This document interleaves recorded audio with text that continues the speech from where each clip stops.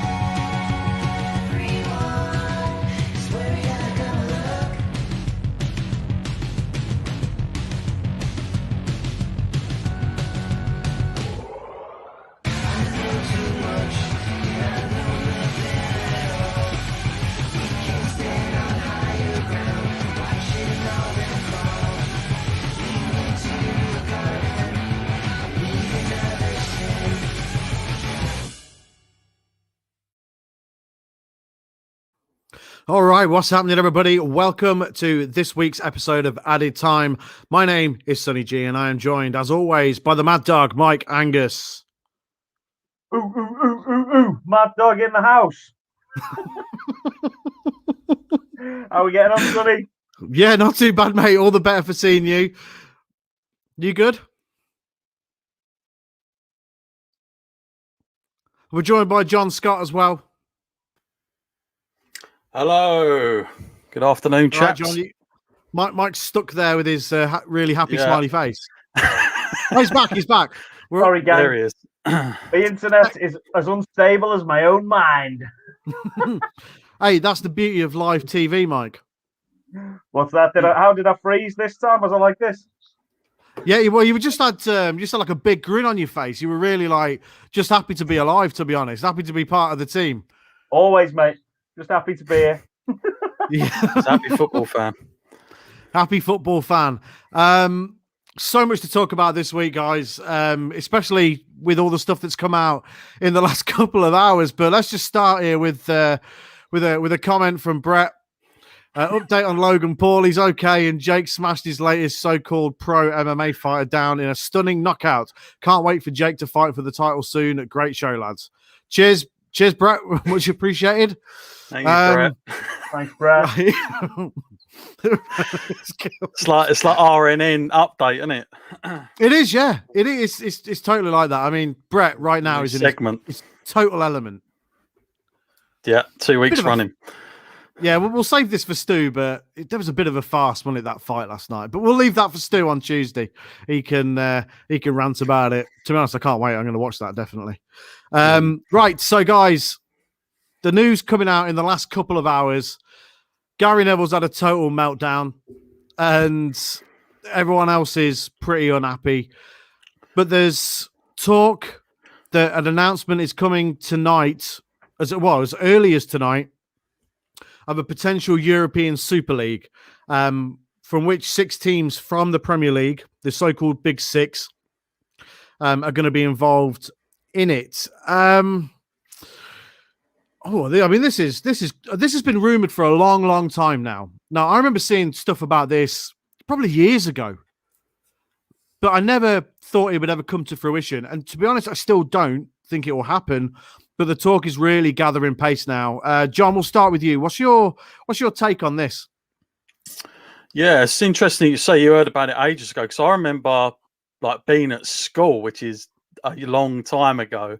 But at the time, that was UEFA kind of pitching that kind of an idea about a league. And I remember, in the 90s, that was always a consideration, and people were not happy about it. But obviously now, the so-called top 6, which is debatable in itself, especially this season, I would say, have, from what I'm reading, their chairmans, their owners, they all get a piece of the pie. They all get like some part in this league. So they're going to manage themselves. So it's very uneasy, I would say. Being a fan, I think anybody out there that's supports their club. I've seen a few comments coming today. One of them, I think, said about the idea of what about for us fans that would have to travel abroad every fortnight to get wherever. That wouldn't be something that I think most people could do. And especially talking about it in a, we're just coming out of a pandemic here, but I mean, that's not the same everywhere else. It's a very strange time to be coming up with this concept. Do I think it could happen? I actually do. I actually do think this could happen. I do think this is a real threat. And, I know there's a lot of stuff about, the players want to commit to it, all the rest of it. Mate, if there's one thing I've seen in football, money talks. And, yeah. You see it like don't forget now, let's put it into a club's context. Look at Manchester City. Look where they were. Look at their history. Look how that suddenly just changed because players, the first batch of players they signed, the likes of Robinho, Adebayor, Toure, players that kind of went for that money. Right, because they didn't have the Champions League then, but they went because it was good money. Look at what's happened with China. They've been able to get some of these players. Oscar went there. You could consider that in his prime. It's not a great league by any stretch. So if they're able to do it, if China were able to get players there, I would say this is even more realistic. So I think this is a big threat. I'm not happy about it as a Tottenham fan.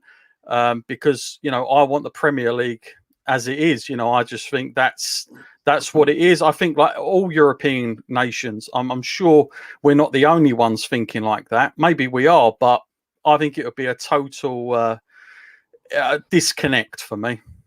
It must be pretty exciting for you though, John, for Tottenham to even be considered one of the big six. That's why Daniel Levy's happy. That's why he wants to get in. That's the thing with it, it's with the owners are the ones making this decision. Ultimately, fan backlash and backlash from all corners of the footballing world.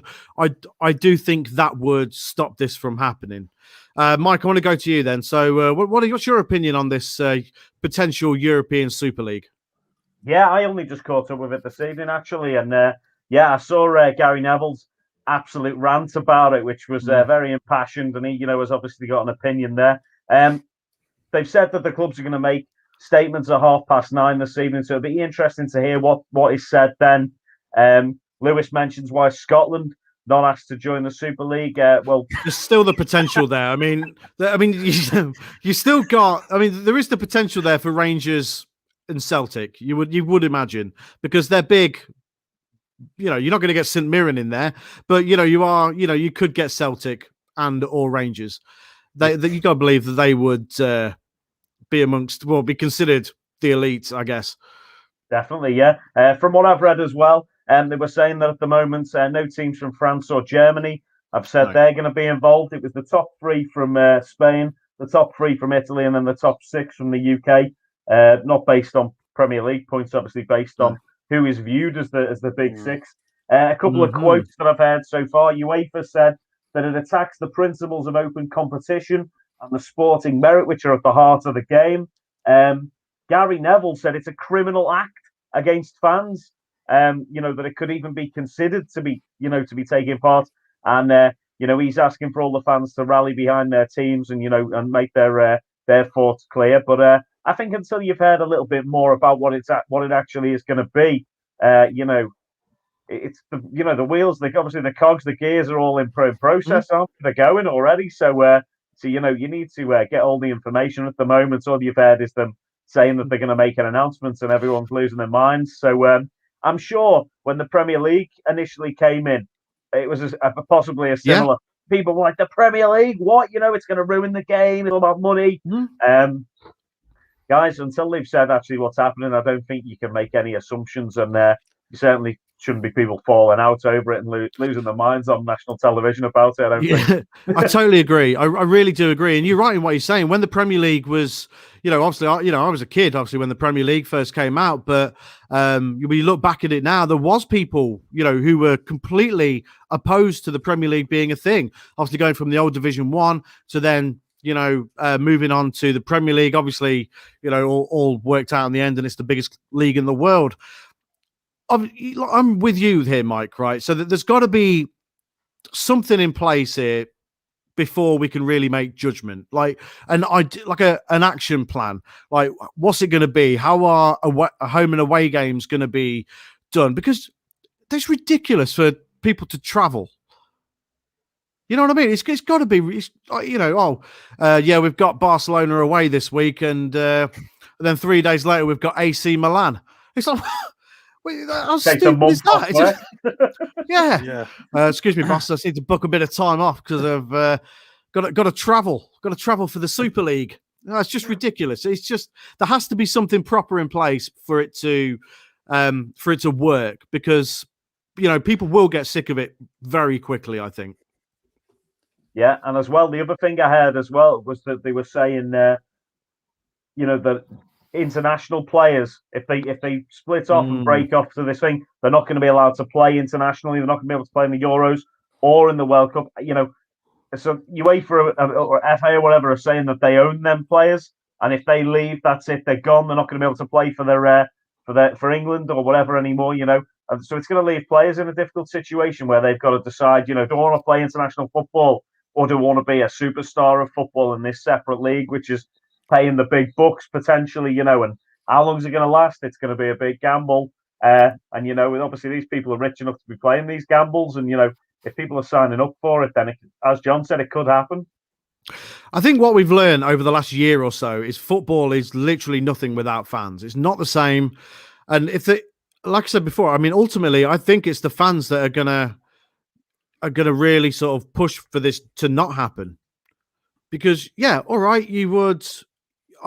If I was a season ticket holder, I would still go and watch United play. I would still be a United fan. That wouldn't change. You don't stop supporting your club because they're in a different league or whatever. But you want them nights, like the nights where you play the likes of Real Madrid, Barcelona, that kind of that's their special nights. For the Champions League.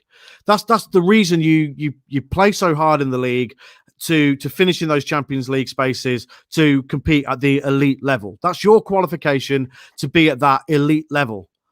But when you're just at that elite level all the time and you're playing these elite, quote unquote elite clubs, it takes a little bit of the special nature of those fixtures away.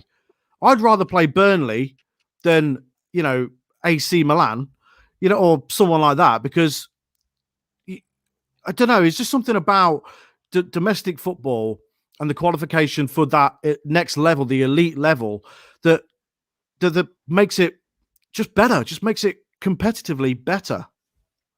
And also, are the teams going to be able to, are you going to get relegated from it if you start playing terrible? What happens if all your players decide they're not going to play and you go in with a gang of money grabbers who can't even have a kick about? It could be, what happens then? You finish bottom of it every year. You're still rich, but is it worth? You're going to have your fan base still. What's going to happen then? So I do think there's a lot of stuff still to come out about it. It must. There's teams who are going to say, well, why aren't we in it? Leicester, could argue that they're in the top six now. West Ham, why are we not, involved in this just because people hang on, history than us or whatever? Don't get carried away here, Mike. West Ham. I know they're in the top. They're at the top end this year, but come on. I'm putting the wrestling context onto it as well. For Triple H if he's watching. Oh, if he's watching, don't let him get involved. Blimey, the Prince will be ringing up. Listen, what I think they've done, what I think they're trying to sell is, I think they're taking it away from the fans. It's becoming a much more customer-based product, and what they're trying to do is similar to the NFL, right? The NFL, they sell a certain amount of games a year where they can go to Wembley and now the Tottenham Hotspur Stadium. They sign that deal for 10 years. And if you go there as a fan, you kind of sometimes don't know who you're getting. They're just selling it for the franchise. It's kind of like, if we are talking about wrestling terms, instead of selling a main event now, we buy WrestleMania a year in advance, because it's WrestleMania. And I think that's what they're trying to do with this. I honestly think they're trying to almost come away from the identity of your town, of the place you grow up supporting, and they're trying to sell the product as a whole. And this is, whatever it is, the Super League. I've got a few dummy questions for you, Sonny. You might be able to answer, you might not, or Mike as well. But I'm just going to play I'm going to play silly in the room here. But like you said, are we not going to get a relegation zone? There's none of that. Then that's it. You're just in there. You're exclusive. No matter how good a team could become in England, that's it. We're branching that as this is the set amount, and that's that going forward. I mean, do we expect I know this is different, but obviously, with cricket, you have the Indian Premier League, is it? Is that what the IPL? Is it? Is that what it's called? Yeah. And that's that's like the biggest league in cricket, isn't it? And they play for money or cars and stuff like that. Is that right? Is it going to be the same thing where you can have like a car pitch side and the winner gets a Chevrolet or whatever? It won't be a car, it'll be a private jet or something. Yeah, that's it. Yeah, winner gets. The sponsor is, isn't it, for that game? Yeah, they'll bring the Concorde back, and they'll have that on shirts. And winner gets the Concorde. And I don't know.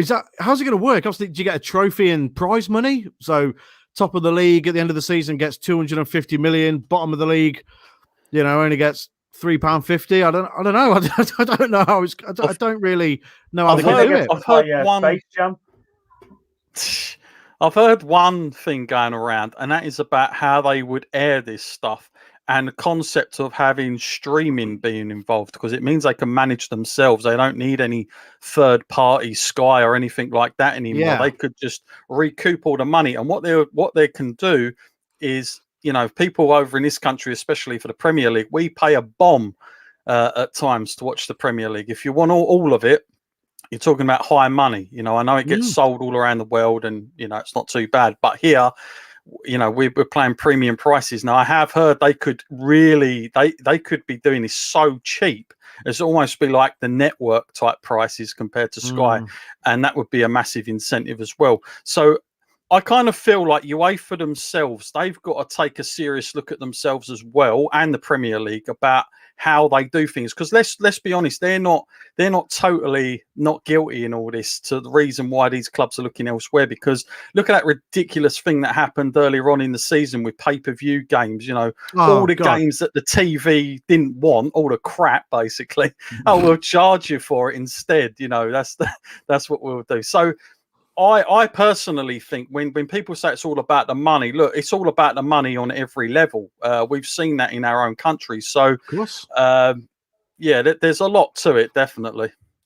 Thing is, as well, with if they were going to do, the bidding war would be nuts for the streaming rights, like Amazon Prime and Netflix. They'd be right amongst it, or they could create, they could create their own streaming network for it. Yeah.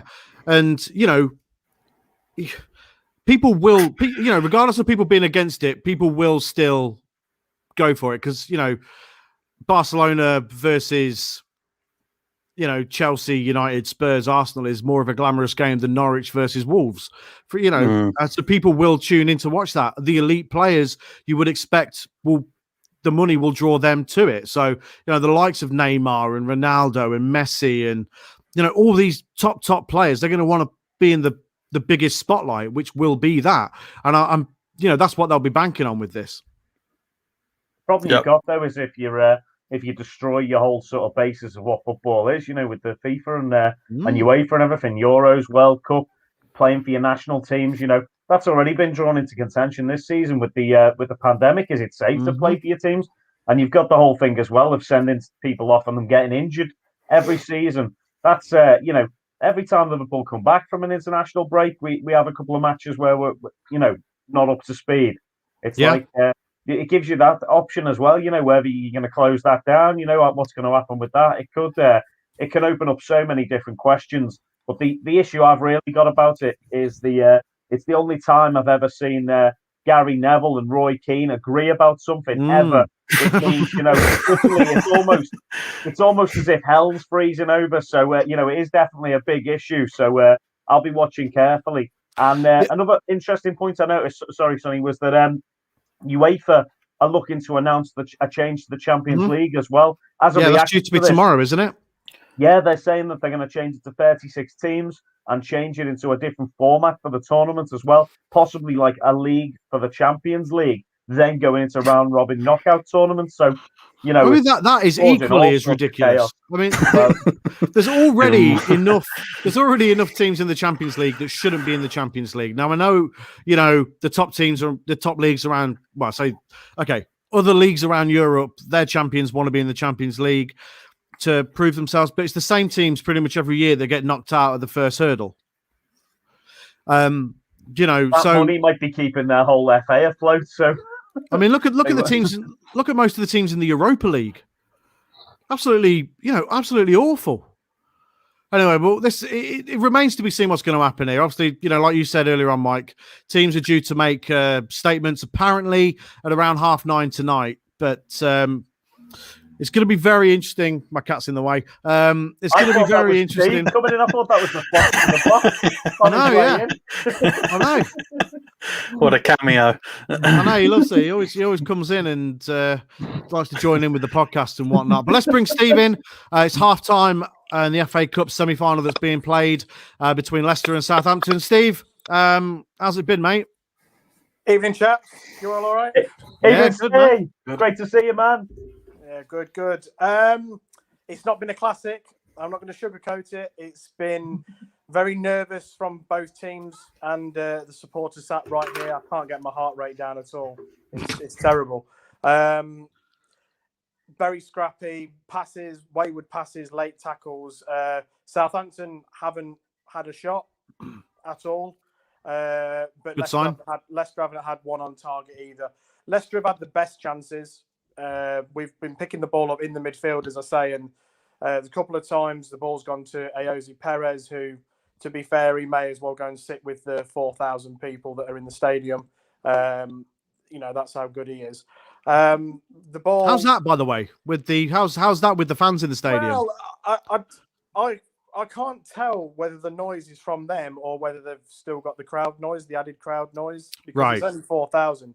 Now, they made a good point, or they were making a real making a point of saying that it's 4,000 neutrals, and then they panned round and there's people in Leicester and Southampton shirts and all sorts. So giving them out on the way in. Some people maybe, but some people I think have managed to, some lucky people in Leicestershire have obviously got some relatives in the Wembley area. So fair play to them. So the crowd, they're there, but it's hard to tell whether they're making the noise or not. But yeah, Leicester have had the best chances. I expect to see Maddison come on probably within about 15 minutes of the second half. But no, not been a classic, not been great. Like I say, very nervous. But we've probably had the better of the ball, and we're probing. But you can see what Southampton are trying to do. They're trying to expose that back three, which can be vulnerable for Leicester, and they're just trying to get the ball over the top to Danny Ings, who has obviously got decent pace, and he has gotten in behind a couple of times, but thankfully Fofana and Evans have been able to sweep up. And at one point, Schmeichel did have to come out and play sweeper keeper at one point, but it wasn't nothing to worry about. But it's very nervous. That's all I'm going to say. So a bit of a cagey affair then. Sorry, Sonny. No. Yeah, very cagey. I mean, there's been, like I say, a lot of the ball's been given away quite a lot of late tackles, mistimed passes. I mean, 4 minutes in, Vardy got absolutely clattered. And I think actually he's carrying a little bit of a knock from that injury, from that tackle. So, remains to be seen how much longer he plays, actually. Because after he had his chance, he kind of hobbled a little bit as well. So, remains to be seen. I want to see Maddison come on. We need just a touch more creativity in the midfield. So, yeah, I still can't really call it. I know Southampton haven't had a shot, but who knows? Well, yeah, I mean, I'm hoping for you, mate, because I know the one thing you wanted was Leicester to win the FA Cup. You've said it for ages now, but so I hope they come through for you. Are you happy that, I know, it's the lesser of two evils potentially, but are you happy with the result yesterday and the fact that City didn't win?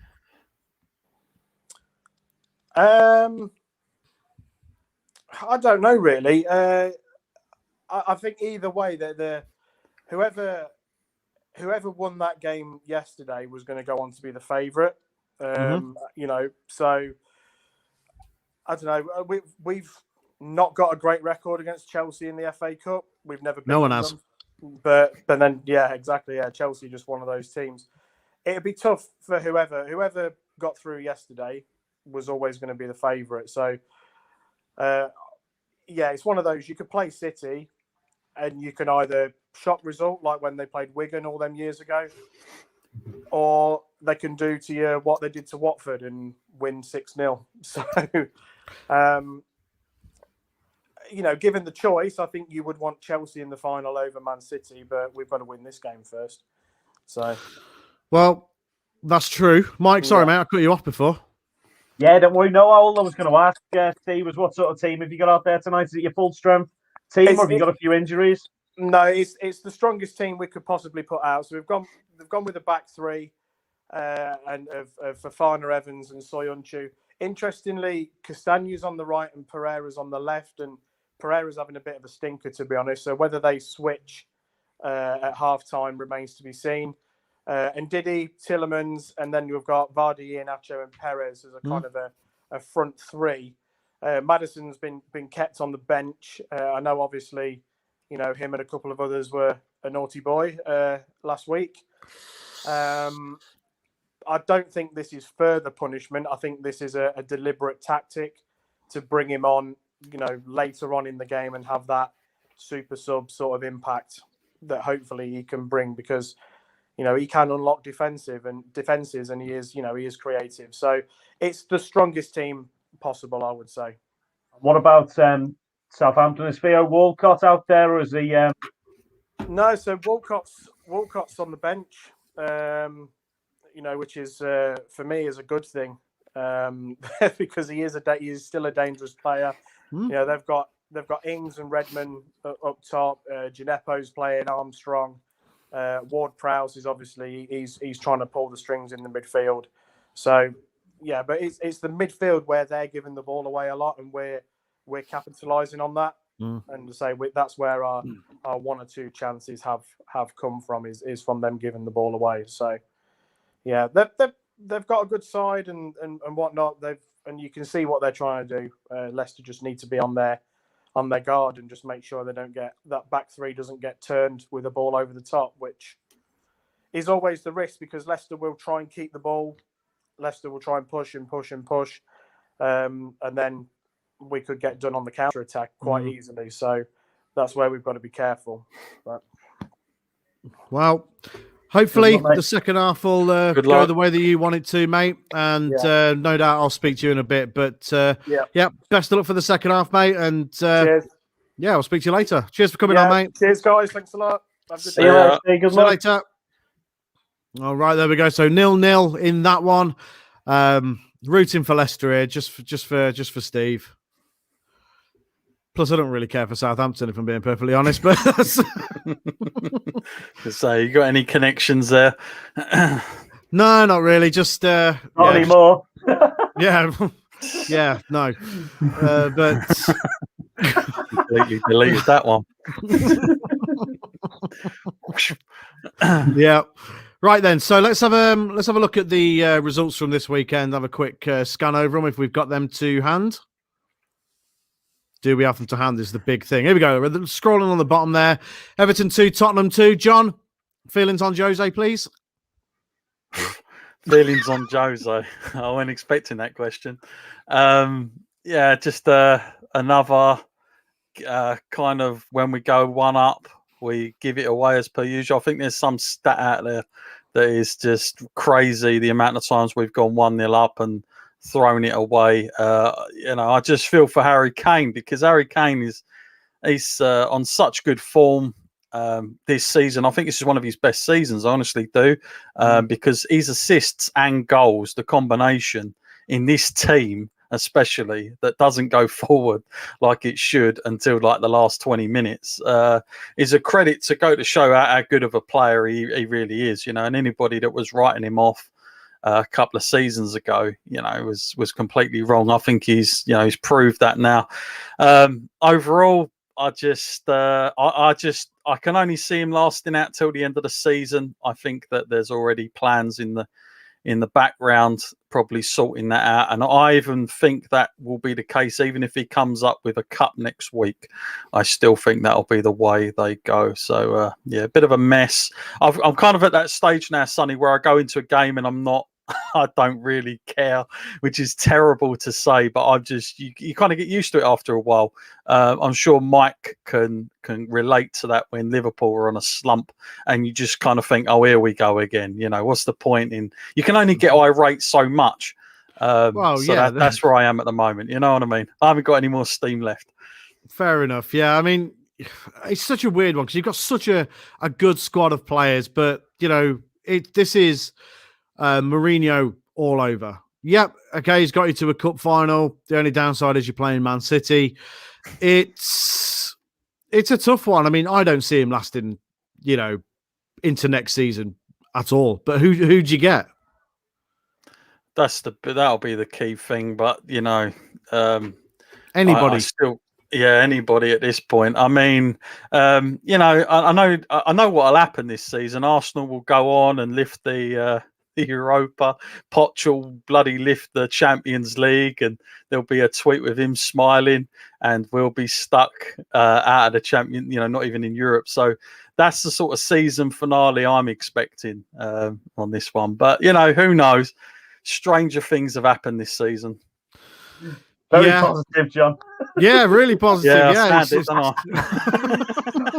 was going to say, guys, on a good note was Kane's goals. They were gifted to him slightly, I felt, by Everton's defence, but both taken really well. And Gylfi Sigurdsson's second for them as well, for Everton, was a cracking goal. So there was a couple of good goals in the game, at least, to put a slightly positive spin on it. Yeah, no one's really happy with the point there, are they? Because both battling to try and get into Europe, so it's got to be a tough one to take. Right, next up, crazy game at St James's Park. West Ham and Newcastle played out a 3-2. Steve texted me and said Newcastle are crap. 30 seconds later, they scored and made it 3-2. Big mistake. Yeah. He's talked that in, hasn't he? He has, yeah. Literally, the text come through, and then the next one was they've just scored. Right. Crazy one. Joe Willock, breaking West Ham hearts at the death. Jesse Lingard on the score sheet again, scoring a penalty. Guy's on fire. Bumping that price tag up. 68 million he's worth currently. I'm working it out week by week. I'm just trying to bump the price up for when we eventually sell him, because he ain't getting back in United's team now. So there was some crazy defending in that game, guys. I don't know if you got to see near the start when they had the West Ham got a player sent off in the same attack that they scored an own goal. They were all over the show. They literally the VAR right mess. They score an own goal, and then the VAR comes back and gets one of the players sent off as well. So it was terrible. I think it was about 36 minutes in, and they were just like, "Oh, you would have been fuming if you're a West Ham fan." But and then a couple of minutes later, the goalkeeper came into the keeper, and he drops it at someone's feet as well, and it's another soft one's got in as well. So it was some calamitous defending in that one, but obviously quite an exciting game, and good on Newcastle, because we said a couple of weeks ago, guys, we were thinking Fulham might be on the ascendancy, might get out of that bottom three. And instead, Newcastle have just kept on plugging away, getting them results. Yeah. And with St Maximin powering them through, they're really coming good, to the point where they've gone above Burnley and Brighton, haven't they, as well? So that, if anything, we thought it was going to be Newcastle might get caught, but they're leaving everyone in their wake at the moment, and beating West Ham. It leaves that top four wide open now at the top as well for Liverpool, who've started to play a little bit better to sneak into that fourth position. And even I was glancing at it before, I thought third's not that far away from any of them couple of teams now. Look at that, 56 points for Leicester, and you've got Chelsea on 54, Liverpool on 52. Everton have squandered their games in hand. Oh yeah, Everton. We can forget about Everton now. Dewey and Chris must be banging their heads against the wall. Won't be happy with that. Sorry, they will lads. not be happy because they have had a mare there, but they've had bad home form all season, and it's I think it's something in the water in Liverpool. Something to do with the pandemic. I think they've switched water supply or something, and I think hopefully over the close season it'll be sorted out. The drains will all be fixed. Everything next season we'll be powering on. It'll be Liverpool, Everton up at the top of the league instead of the Etihad Manchester water. teams. Yeah, that's it. Yeah, that's Etihad water. I wish Stu was here because he'd be going ballistic at that. Because Everton were in such a good position.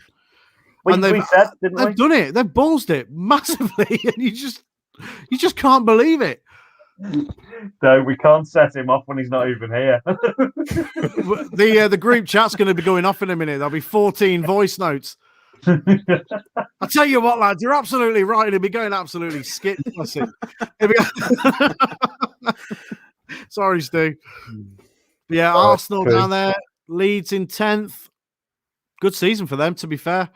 Arsenal, we've got them tomorrow night, which would be interesting, really interesting one, because the one earlier in the season was a chaotic affair, wasn't it? And it was one of Leeds' best performances against Liverpool. And we were still at that point looking, reasonably good.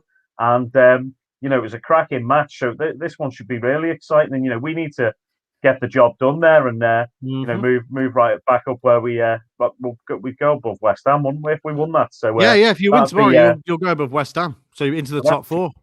Huge, yeah, and then right behind Leicester if they're busy in all sorts of other competitions. Certainly no, we're not. So we've got nothing else to play for apart from that. So we need to just absolutely go for it now, and hopefully we'll have a good run in at the end of the season. I think we've got out of the fixtures we were looking at, that we've probably got the easiest running out of everybody. Everyone else has to play each other. Well, at least once has to play someone up from the top lot once. So we've got to play each other, haven't we? United, Liverpool. Oh yeah, that's next weekend. That'll be a good one actually, because they keep saying on the commentary that you guys aren't playing that well, but you've been grinding out them results, getting 3-1s and stuff. So I think that'll be an interesting one, because it'll show coming up towards the end of the season how much you've progressed and whether we've got back on track. I think that match will tell us a lot, to be fair. So the thing is, you look at the table there, and I think it shows how much we've ticked on. We've lost 4 games all season, same as Man City, and then everyone else is like Leicester, West Ham, Liverpool. They've all lost 5 games more than we have, and I think that shows just how far we have come on from last season. They were talking today like we could still catch them, but there's no chance. City are going to have to really balls it up to allow United back in to win the league. Ain't happening. You're getting closer though, but it was I did hear that comment on the commentary before. I think it was Gary Neville, wasn't it, saying that you might just sneak in there. Mika Richards just laughed it off and said he didn't like fishing, wasn't it?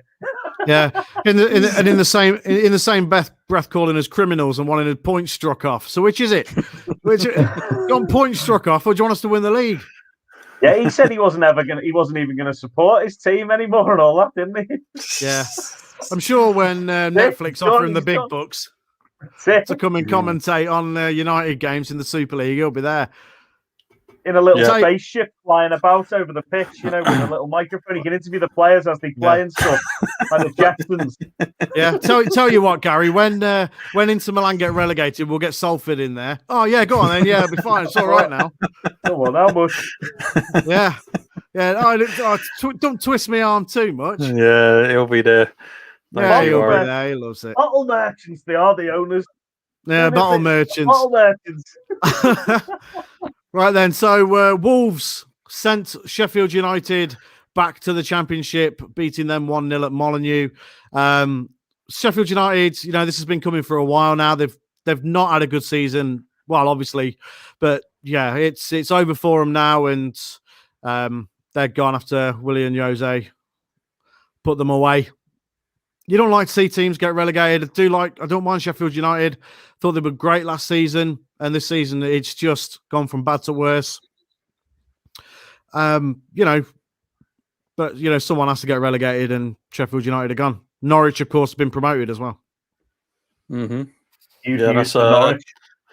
Yeah, I was going to say, I saw the Knights yesterday on Facebook, very happy about it. And I believe our player Oliver Skips had a very good season for them. And them coming back is good. Which is, speaking of Norwich coming back, I mean, you talk about the formula of going down and coming up again.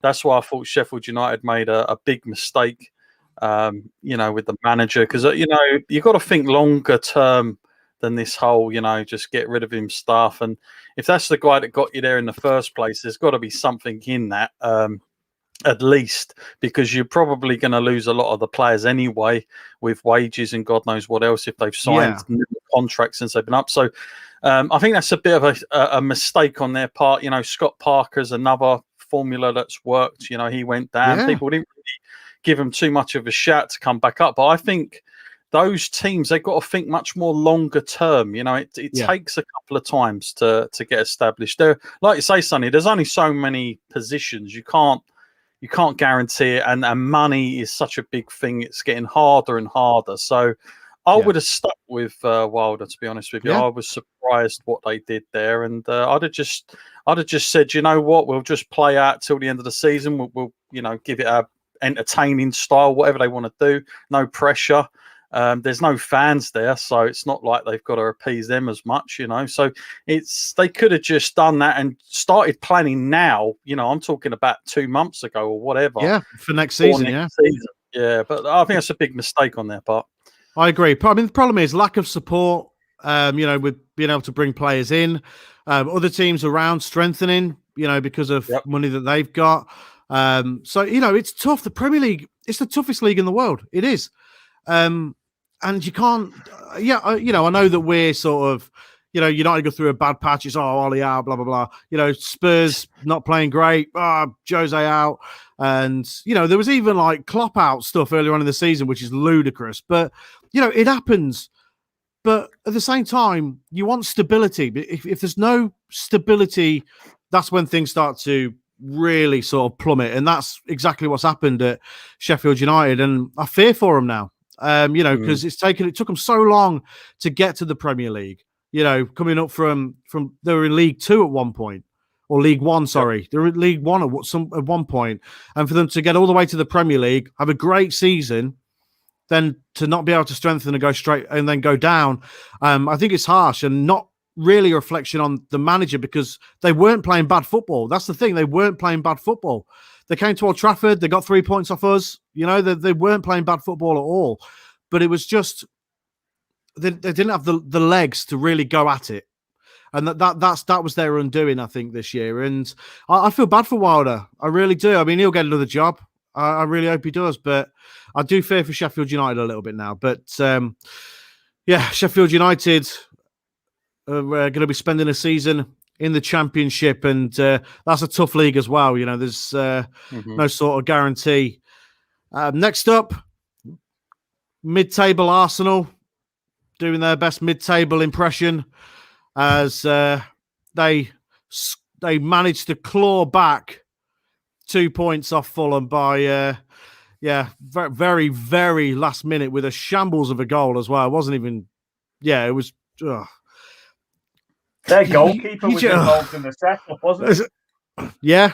The flick on by Ryan, was it? He ended up flicking it on, and then someone put it back in, and then it poked in at the back post by Nketiah on the 97th minute. But I mean, Fulham have, that's the sort of one where you're picking up an extra 2 points and you're still keeping it interesting going into that last game against Newcastle. But that, it's they'd have to be devastated. And is this a goal update now just coming in? It most certainly is. I've had 2 texts off Steve. So the first one said, and I quote, "Perez is giving me the shits." The second one, is 1-0. I'm on the toilet. Leicester are winning. Iñárritu scored again. That man playing really well, having a great season. He scored. Leicester are winning 1-0. What Steve will be going ballistic right now. Yeah. Dewey's favourite, Iñárritu on the score sheet again. It was about a month ago. About a month ago, or maybe even longer, Stu said, you've got to get Iñárritu into the team. I don't not know if he took his own advice and put him in the dream team, but he's definitely scored every single game since then. So he's been cracking for them. Leicester fans have got Stu to thank for Iñárritu's success. It's like the reverse curse. Stu's he is. He has, yeah. So that's 1-0 to Leicester. You know, still a fair way to go in that game, but Leicester in a great position to head to their first FA Cup final in, I don't know if it's in their history or what, but it's in a long, long time. I think he said last week, Steve, it was definitely before he was born. He said the last time they played, didn't it? So it's huge for him. We'll all be rooting for Leicester in the cup final anyway. Yep, that's for sure. Absolutely, yeah. Chelsea have won loads of stuff. Yeah, I've had enough of that now. You want to see Leicester? I mean, Leicester, they've been so good these last few years. They really have. I mean, ever since that great escape when Pearson sort of dragged them from the mud and kept them in the Premier League, ever since then they've been absolutely awesome. They've won it since then, haven't they? Oh yeah, they have. Yeah, yeah. That was crazy. If you had some money on that, they were unbelievable that season. Though they just consistently were just great every week. Fun to watch as well. That's the thing. Really fun to watch. Grinding out results. They were exciting matches, So that's even the neutrals want to see that, don't they? Oh yeah, definitely. Yeah. Right. So Manchester United and Burnley at Old Trafford was the last game in the Premier League this afternoon. Mason Greenwood at the double started to really play well. Greenwood has these last few games started to put a few goals away, and 63-year-old Edinson Cavani scores every week as well. Absolutely world class. The guy is just unbelievable. You could tell, the term world class gets bandied around a lot, and in a lot of cases it probably isn't true. But in Cavani's case, I think he really is a world class striker. Yeah, 100%. And everybody, the thing is with Cavani, he'd never played in the Premier League either, and you always get that myth of those players if Messi was doing it week in week out, could he do it in the Premier League? I honestly think they could. I think they're that good. And he's not in his prime physically, but he's just intelligent. He's so smart with his runs. Yeah, he's got timing that's so different to any of our other strikers. So I mean, Sonny, do you want him there next year? Because I know there's that thing about he's got a clause about going back to Argentina possibly, and then there's talk of Man United don't want to put the money out. But then again, who else is out there? He's pretty decent. Unless you've got somebody, unless there is somebody properly lined up, why wouldn't you have him for another year? Well, I would want him for another year, definitely. I mean, we do have the option to extend it. They're going to sort of do the good thing and sort of put it to him, because I know he wants to sort of go back to South America, which, at his age, you wouldn't begrudge him. And, he's been really good for us this season. He scored some real crucial goals. I mean, last weekend against you guys, he was immense. Yep. He was so good. And again today on the score sheet after coming on at half time, and he's just a class player that the younger players at United could really learn from. It's just that movement is just insane. There aren't many strikers out there that have just got that instinct, know where to go, but he's got it in spades. And I would like him around for another season just to just to give that influence on the younger players for another year. In terms of who's out there, I mean, Kane would cost us a shitload of money, and I'm not sure he's worth the money that's being bandied around. Great, well, again, a world-class striker, incredible striker, but it's the injuries that would concern me. And would we get a good full scoring season out of him? Can he stay fit? But it's over 100 million that's being bandied around. I mean, John, even you must think that is slightly ridiculous for well, Kane. I'm not surprised, because it's Daniel Levy, and I'm used to it since the whole Gareth Bale affair. He tried to drive that up and up and up. I'm pretty sure by the end of it, he was taking Gareth Bale on his jet himself and, sending the next video clip to Real Madrid, because he'd already done that deal with Modric as well. And at the time, Chelsea was sniffing around him, but Levy was like, no, that's not enough. So he's at the position now where Tottenham used to sell players to Man United a lot, as we know, Carrick and Berbatov and whoever else had gone. We just used to see him go. But Daniel Levy's got to the point now where he's like, this is my price and that's it. There's no way around it. And I can't see another English club been able to get him personally, I just think they'd make it really difficult. But at the same time, I always keep saying about Harry Kane is that I think he's given us a lot of loyal service. He's never kicked off in the media about wanting to leave. So he's always been super good. So I've got to be honest, even as a Tottenham fan, I say if he wants to go to one of the elite clubs and win trophies, who are we to begrudge him? Like he deserves it, kind of thing. And I think we've held on to him way longer than maybe most other players would have stuck around with us. You're in the elite, John. European Super League, mate. Well, that's what I mean. That could change everything, couldn't it? Maybe that's what they're holding out for. No wonder Daniel Levy's interested. Well, yeah, I know. You're gonna have to sell him to buy into it. Yeah, it's like the most elite poker table in the world, isn't it? I'd like me personally. I'd like Haaland. It's going to cost a lot of money, but I would like him. Great player. He's got to be the one for everyone. I reckon that guy, he's just insane. Because now I know Mbappe is another exceptional player, but Haaland is just scores for fun. He's old school as well. He kind of sets his own goals up. Like he's not one of those, that newer style that we see. He's proper old fashioned. And I'm reading a lot that Bayern Munich apparently have got their claws in it because that's what they do out there. That's why I think Bayern Munich would never go into that league because they'd never be able to do their structure of just buying the best players out of their league, kind of like Man United used to in a way under Fergie when they were able to. But it's a good model. It does work. It makes perfect sense. They get their hands on these Dortmund players and it's perfect, isn't it? But I mean, whoever gets him. Again, they'll be paying a lot of money. How high would you go for Haaland? His age as well. It's just going to be insane. I mean, I think what they were on about is it's over 100 million, and there aren't many clubs that can afford it. Easily. So you're probably looking at 120, 130 million, which is insane money. But that's football makes a ton of money now. The prices look ridiculous, but the money that football clubs have coming in is also ridiculous. They know that Dortmund ain't going to play around. If we want him, they're going to have to pay the money. We learned that from Sancho last year. But they've shot themselves in the foot with that because now they ain't going to get anywhere near what they wanted. But it's going to cost, well over 100 million to get him. Yeah, easily. Big investment that. But then if you look at the players who people have actually bought who've just absolutely failed and sort of tot up how much money you've spent, there's 10 million players, just disappear, don't they? Sometimes there's a few people you can think of who've cost 10 million and then just haven't even shown up.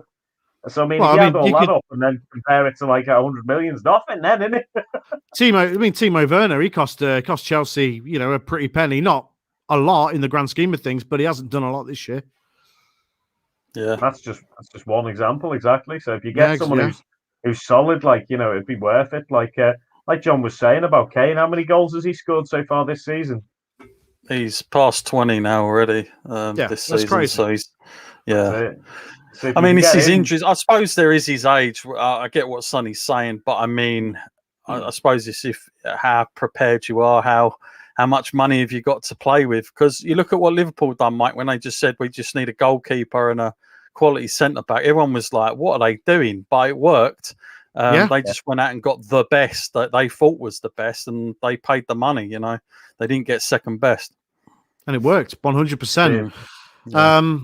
It's going to be interesting, the transfer market going into next season for sure, because obviously it depends what money's around and all that sort of stuff because of the pandemic and that. But so that was United was the last game for the Premier League today. It was a crap game, but we won 3 points, still second. I'm happy. Leicester still 1-0 up. Last few minutes, let's have a bit of fun. Rich has provided some bit of fun and games for us. So, Richard, if you would care to put up the first, here we go. So you can only pick 3. We've got Henry, Aguero, Van Persie, Rooney, Owen, Suarez, Kane, Drogba, Cantona, Van Nistelrooy, Shearer, or Bergkamp. John, we'll start with you, mate. I only get 3. You only get 3, yeah. Bloody hell. To be fair, you won't want none of these at the back. Nah, well, I would at the minute. I think they might be better than Dyer. I think I'll take Aguero at the back. God, blimey. Do you know what? I always go Alan Shearer, 100%. One of my favourites. God, it's hard to get a number 3. So I was quite a Nistelrooy fan as well back in the day. I actually liked him. I thought he's quite ruthless as well. He used to get the ump if he didn't even get a goal, even if they won. I like players like that. I'm going to go Kane, Shearer, and Van Nistelrooy. Nice, Mike. Big fan of Alan Shearer as well. Great English classic striker. He's brilliant for Blackburn and Newcastle. So I'd have to pick Shearer. I think I'd have to go for Dennis Bergkamp just because he was absolutely astonishing in the early years of the Premier League, wasn't he?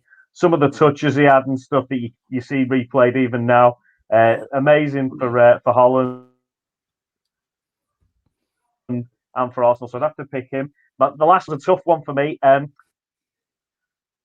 I hated Didier Drogba when he was at Chelsea, but when he played randomly in Steven Gerrard's testimonial, and they had Torres and Suarez up front for one team, and they had Drogba and Balotelli up front for the other team. And would you believe Drogba absolutely stole the show? Him and Balotelli, it was the best I'd ever seen both of them play. Not sure that's the standard of game that you judge him on, to be honest, mate.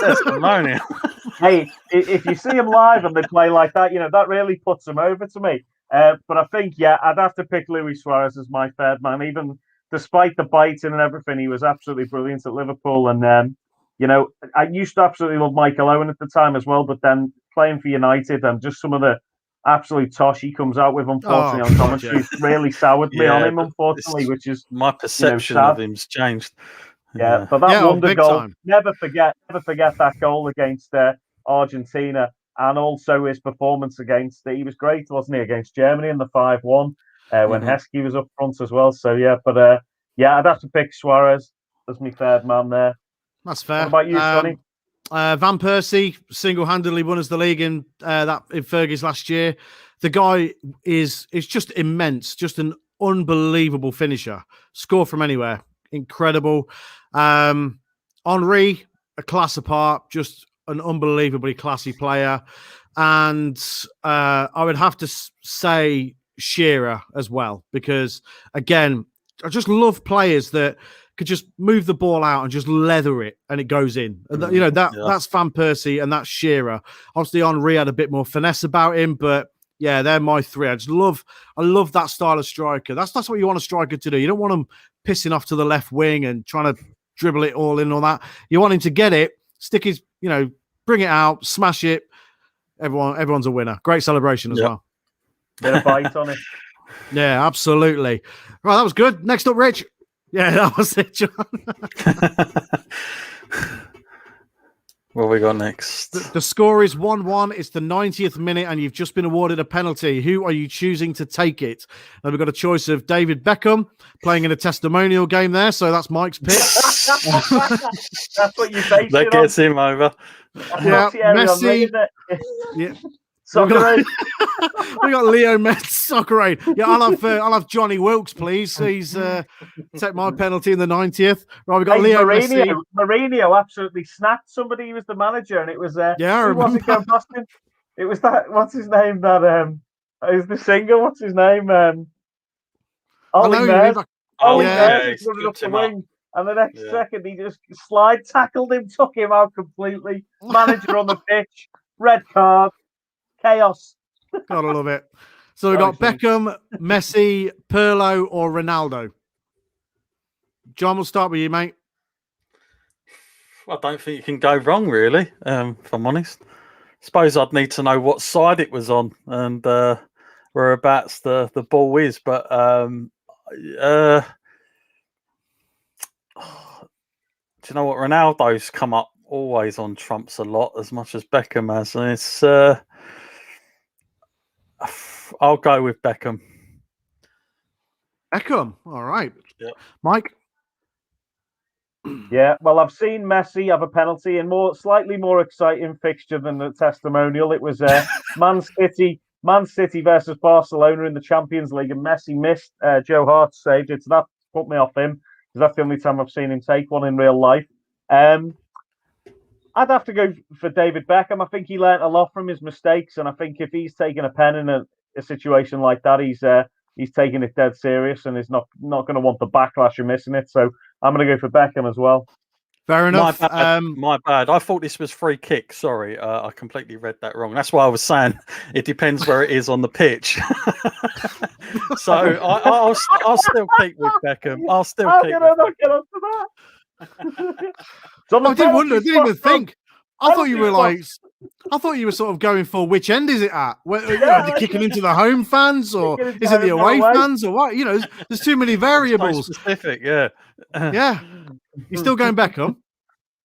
No, I won't go with Beckham in that case. I've changed my mind. I've changed my mind totally. I'm going to go with. I'll go with Messi. Right. I'm going to go for Pirlo. I don't know why. He's just cool as you like, isn't he? He's such a cool customer. Yeah, and I've seen Ronaldo miss a penalty for United in the Champions League final, so he can piss off. Scarred. We still won. He's scarred. I'm scarred, yeah. But he scored in the game, then missed a penalty, so I suppose, you take the rough with the smooth. But yeah, I'm going for Pirlo. Stevie G would have been good in there, I reckon. Stevie G always bury a pen when it was important. Unfortunately, I've seen him score 2 at Old Trafford in the same pissing game. Who'd be your number 1 pick then for penalties? If you could pick any player ever to take a pen, who would you go for? Who was Van Nistelrooy? Van Nistelrooy always got it. God, incredible. Yeah, he's so reliable. He's same place every single time, but he hit it with such power and accuracy that keepers just had no chance. Unless it was against Arsenal, of course, when Keown gave him a little bit of a twat at the back of the head. What about you, John? Who'd be your favourite pen taker ever? I'll go back to Teddy Sheringham days, mate, because back then in the 90s we were a poor team, I'll tell you that, and so a penalty meant something, and he always come up and scored, so I'll take Teddy. Love Teddy Sheringham. What about you, Mike? Didn't Darren Anderton always bury a pen as well when he made it? When he was fit, yeah. Weren't very often, but yeah. I'm trying to think now who always thumps them in. I think Jean Arisa was pretty good for us, burying them.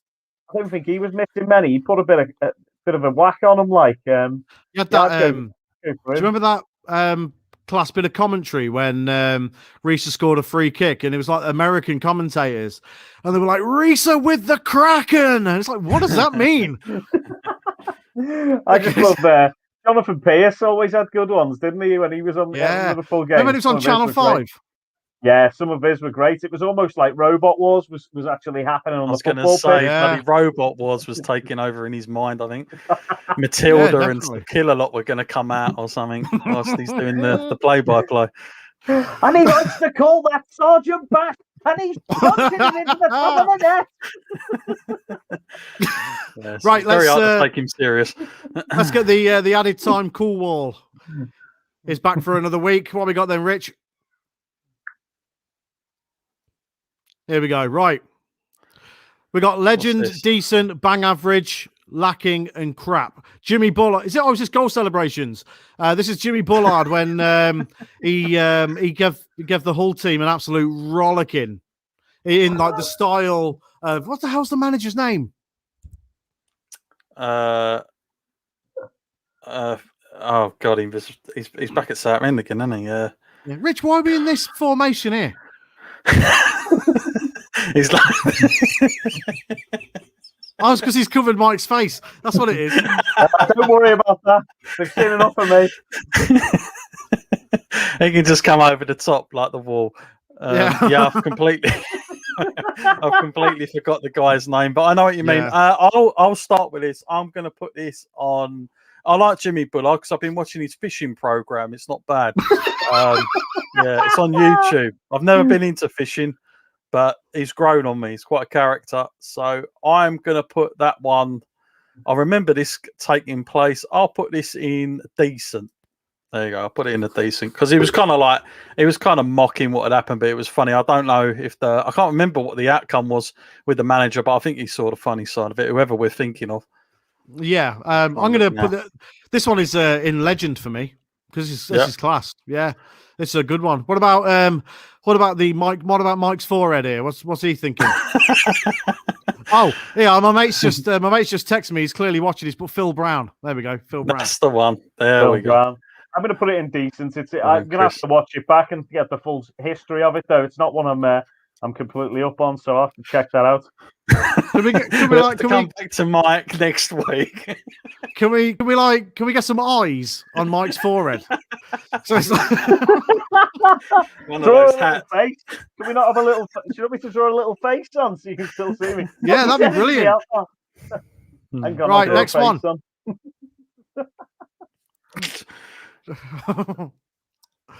Adebayor, this for me straight away legend. It's awesome. He scores and then just pegs it all the way down to the Arsenal fans and skids in front of them. It's awesome. Legend all day, every day.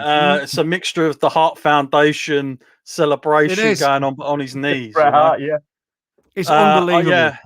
This goes legend to me, obviously being a bit biased, but it was you get to see all the Arsenal fans in the foreground just like, how dare you? It was just insane. And then he's just giving it this, absolutely had no other thought in his mind. Oh, should I do it or should I not? Bang, straight down the other end. Yeah, speedy Gonzalez. Incredible pace, straight down there, skids in front of them. Incredible. What about you, Mike? Look at me. Yeah, it is legendary, that, isn't it? That celebration right in front of his ex-fans. But Mark West says crap. So yeah, he's an Arsenal fan, is Westy. Sorry, Mark. Sorry, Westy. I didn't mean it. I did mean it. It's amazing. Next up, Rich. Take your time, mate. Here we go. Oh, here we go. Crouchy doing the robot. Is this when he scored against Jamaica? Is that the game? I can't remember. I'm not sure if that's not the Denmark match I was at, is it? I'm sure he did it at that. He done it for you, Mike. That was it. If that is that Old Trafford, that could be the. His hair looks a bit short there. That looks a bit. That's in Paul Gascoigne's testimonial, mate. He's just scored a bicycle kick. Yeah, that's it. Put in by Gaza. This is a legend one, isn't it? Crouchy's class as well. So this is a legend one. Yeah, I'd say legend. I remember. I'm putting this in decent only. I'm afraid. Decent. Oh, John. Give it up, man. No, because the problem is when he come back to Tottenham, because he was there God knows how many times, and don't forget he was there as a kid. Because I was one of the. I went there as a child, and I couldn't get to see the proper players playing. And then he came out round the corner, didn't he, with Espen Bardson, if anyone remembers him. He's an electrician now, by the way. Nice. But Crouchy, I just thought, like, crikey, he needs to put on some weight. He needs to do something because he just looked so thin at the time. But obviously Harry liked him. But the problem was when he come back to Tottenham, every time he scored, it was that bloody thing. And I remember we were like 2-0 down and he did it on the 1. And I was like, come on, stop messing about. Get back there. Do it when we're winning. But there you go. There we go. Right, so that's the added time call wall, and that brings us to the end of this week's show. This has been a fun one, lads. Looking forward to next week already. Great to catch up as always, lads. Absolutely. So we'll be back next Sunday, 7:00 here on Facebook and YouTube. But it's been an absolute barrel of laughs this week. We're going to go and watch the end of the Leicester game now, and fingers crossed for Steve. But I'm Sonny G here with John Scott. Thank you very much. And the Mad Dog, Mike Angus. Great to see everybody. Catch you soon. Absolutely. And this is Powered 4 TV, and we'll see you next week. Later, guys.